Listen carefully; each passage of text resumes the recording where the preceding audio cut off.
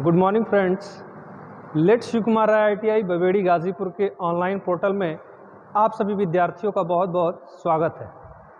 तो कल तक के टॉपिक में हमने कंप्लीट किया था कि आर सर्किट क्या होता है तथा आर सर्किट के फेजर डायग्राम और ग्राफिकल रिप्रेजेंटेशन को हमने कल देखा था।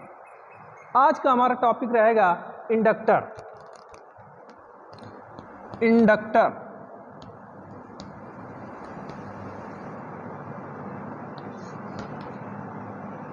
इंडक्टर को हिंदी में अगर बात करें तो प्रेरक कहते हैं।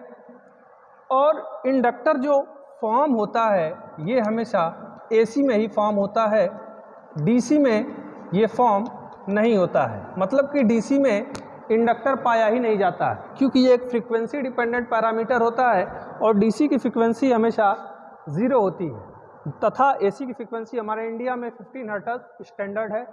तो इंडक्टर को समझने के लिए हम इस प्रकार से समझेंगे कि हमारे पास मान लीजिए कोई एक वायर है, उस वायर को अगर हम एक कॉइल का फॉर्म दे दें या एक कुंडली के रूप में उसे मोड़कर हम बना दें तथा फिर उसमें अगर हम धारा प्रवाह कराते हैं तो ये पूरा एक अरेंजमेंट हमारा इंडक्टर कहलाता है।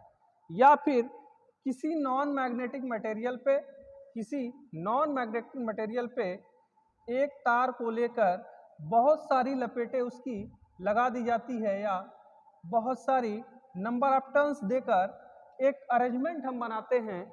इसी अरेंजमेंट को हम इंडक्टर कहते हैं। इसको हम कॉइल से समझ सकते हैं तथा इंडक्टर का जो दूसरा नाम होता है इसे हम चोक भी कहते हैं, चोक। तो इंडक्टर को समझने के लिए हम इस प्रकार से समझ सकते हैं। अगर अब बात करें इंडक्टर के सिंबल की तो इंडक्टर का सिंबल हमारा इस प्रकार से बनता है। इंडक्टर का जो सिंबल होता है ये इस प्रकार का होता है। अब इंडक्टर के अंदर जो इफेक्ट देखे जाते हैं उस इफेक्ट को समझने के लिए हमको सबसे पहले इंडक्टेंस को समझना पड़ेगा। इंडक्टेंस हमारा क्या होता है, इंडक्टर के अंदर जो इफेक्ट आते हैं उसी इफेक्ट को समझने के लिए हम इंडक्टेंस को समझेंगे। इंडक्टेंस को समझने के लिए हम इस प्रकार से समझ सकते हैं कि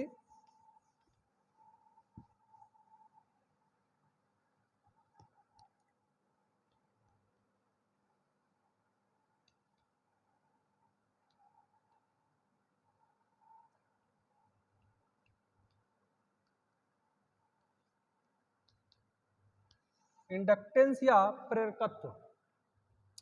इंडक्टेंस का अर्थ होता है कि जब किसी कॉइल में हम AC प्रवाहित करते हैं, जैसे मान लीजिए हमारे पास कोई एक कॉइल है, ये मान लीजिए हमारे पास एक कोई कॉइल है, यहाँ पे जब हम AC प्रवाहित इसके अंदर कराते हैं, करंट या वोल्टेज, तो यहाँ पे होता क्या है कि ये इस AC के अंदर, इस कॉइल के अंदर जब हमारी AC फ्लो होती है तो इस कॉइल के चारों तरफ एक अल्टरनेटिंग या प्रत्यावर्ती नेचर की मैग्नेटिक फील्ड ये बनती है, मैग्नेटिक फील्ड या मैग्नेटिक फ्लक्स बनता है।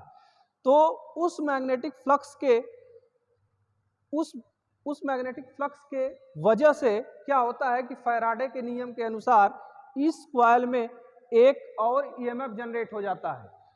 उस EMF को हम बैक EMF भी कहते हैं। एक EMF जो एक्स्ट्रा जनरेट होता है वो इस अप्लाइड EMF के अपोजिट डायरेक्शन का होता है। तो होता क्या है कि टोटली अगर कॉन्सेप्ट की बात करें तो अगर ये बताइए कि इस अप्लाइड जो यहाँ पे हमारा EMF अप्लाइड हो रहा है और यहाँ पे जो EMF हमारा जनरेट हो रहा है, ये दोनों जब एक दूसरे की विपरीत डायरेक्शन में है तो ये दोनों एक दूसरे का अपोज करेंगे। मतलब कि ये इसकी विपरीत डायरेक्शन में है तो या अपोज डायरेक्शन में है तो ये इसका हमेशा अपोज करेगा, मतलब इसके मैग्नीट्यूड को कम करना चाहेगा। तो इंडक्टेंस को समझने के लिए इसकी सीधी सी परिभाषा ये होती है कि किसी भी AC परिपथ में जो धारा परिवर्तन की दर होती है, उस धारा परिवर्तन की दर का जो विरोध करता है, जो भी राशि इस धारा परिवर्तन की दर का विरोध करेगी यहाँ पे dI/dt का, वही हमारे इंडक्टेंस कहलाएगी या प्रेरकत्व कहलाएगी। इंडक्टेंस को हम हमेशा एल अक्षर से दिखाते हैं, इंडक्टेंस को एल अक्षर से दिखाते हैं तथा इंडक्टेंस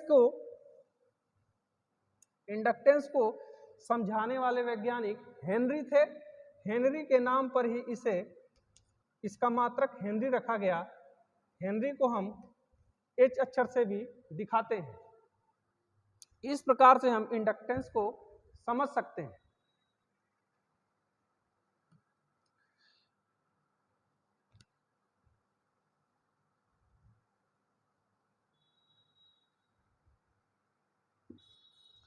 इंडक्टेंस का जो फार्मूला होता है L बराबर N फाई बाई आई। यहां पे हमारा L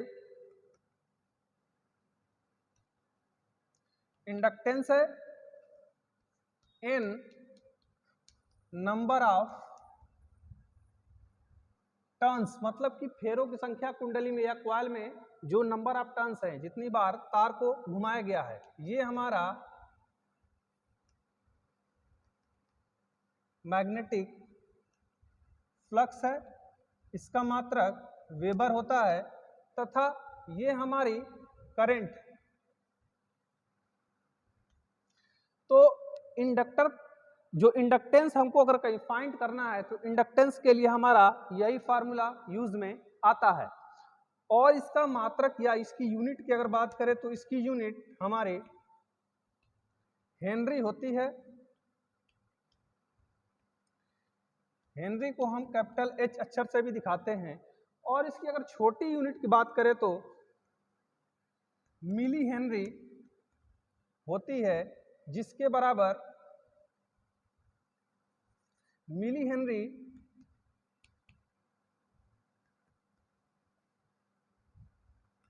इसकी छोटी यूनिट होती है, स्मॉल यूनिट होती है, जिसको अगर एक हेनरी के बराबर अगर हम लिखें तो 10 टू पावर माइनस 3 हेनरी के बराबर ये एक मिली हेनरी होगी हमारी। तो इस प्रकार से हमारा इंडक्टेंस का कॉन्सेप्ट होता है। इंडक्टेंस को हम इसी प्रकार से समझ सकते हैं। और सबसे बड़ी बात की जो इंडक्टेंस हमेशा फॉर्म होता है, ये सिर्फ एसी में ही फॉर्म होता है, डीसी में ये फॉर्म नहीं होता है कभी भी। डीसी में तो अगर इसी इंडक्टर कॉइल में अगर हम मान लीजिए कि डीसी भी फ्लो करा रहे हैं, तो डीसी तो ऐसा नहीं है कि मैग्नेटिक फील्ड अपना नहीं बनाएगी, डीसी तो मैग्नेटिक फील्ड बनाएगी, बट यहाँ पे प्रत्यावर्ती मैग्नेटिक फील्ड हमको नहीं मिलेगी, जिसके कारण यहाँ पे फैराडे का जो नियम है वो लागू नहीं होगा तथा जो हमको एक अदर ईएमएफ जनरेट हो रहा था वो ईएमएफ जनरेट नहीं होगा, वो ईएमएफ जनरेट होने को नहीं दिखेगा, जिस कारण से यहाँ पे धारा परिवर्तन का जो विरोध हो रहा है उस धारा परिवर्तन का विरोध नहीं होगा। इसलिए हम जानते हैं सीधी बात की इंडक्टेंस हमेशा एसी में फॉर्म होता है। और इसका कॉन्सेप्ट क्या है, क्योंकि एक फ्रीक्वेंसी डिपेंडेंट पैरामीटर होता है, मतलब कि ये फ्रीक्वेंसी पर ही डिपेंड करता है। अगर फ्रीक्वेंसी जहाँ पे नहीं है वहाँ पे ये फॉर्म ही नहीं होगा। तो डीसी में फ्रीक्वेंसी हमारी नहीं होती है, डीसी की फ्रीक्वेंसी 0 होती है, जबकि एसी की फ्रीक्वेंसी होती है 15 हर्ट्ज। तो हमारे इंडिया की जो फ्रीक्वेंसी है 50 हर्ट्ज है, तो यहाँ पे इंडक्टेंस हमारा फॉर्म होगा। अब अगर बात करें हम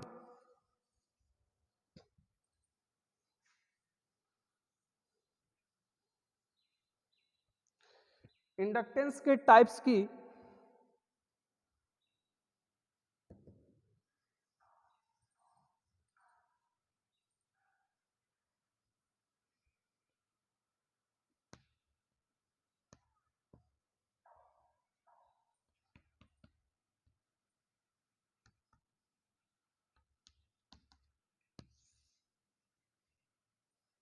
टाइप्स ऑफ इंडक्टेंस, तो इंडक्टेंस मुख्य रूप से हमारे दो प्रकार के होते हैं। एक होता है सेल्फ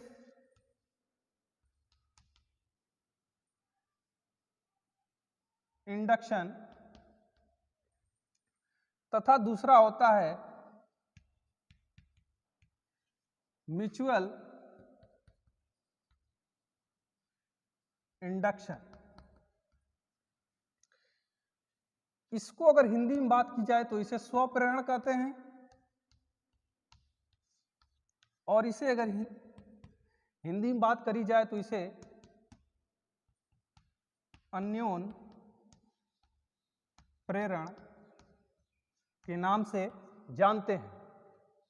इन दोनों टाइप्स के बारे में हम अगले वीडियो में डिस्कस करेंगे। तब तक के लिए धन्यवाद।